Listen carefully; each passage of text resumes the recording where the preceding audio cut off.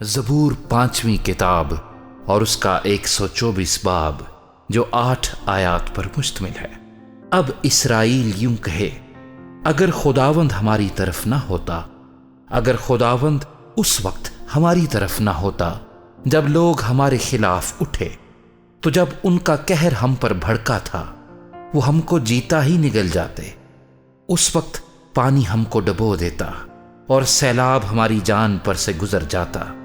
اس وقت موجزن پانی ہماری جان پر سے گزر جاتا۔ خداوند مبارک ہو جس نے ہمیں ان کے دانتوں کا شکار نہ ہونے دیا۔ ہماری جان چڑیا کی مانند چڑی ماروں کے جال سے بچ نکلی۔